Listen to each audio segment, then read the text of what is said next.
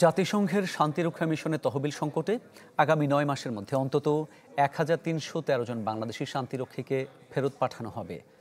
আর্থিক সংকটের ফলে ১৫% বাজেট ছাড়ের আওতায় আপৎকালীন পরিকল্পনা হিসেবে ৫টি মিশন থেকে বাংলাদেশের এসব শান্তিরক্ষীকে প্রত্যাহারের সিদ্ধান্ত নেওয়া হলো।